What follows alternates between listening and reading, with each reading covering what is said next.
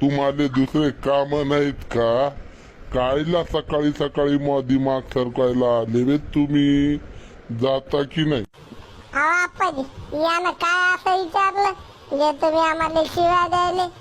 छान शब्द सांगा.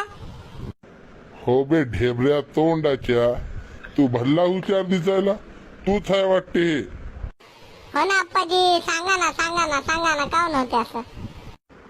अबे लेका, तुम्ही प्रश्न तर भारी विचारला. तुम्हाला सांगू का, कवा का मी बी मुत्तानी ढर पाहतो का, मला बी माहित नाही.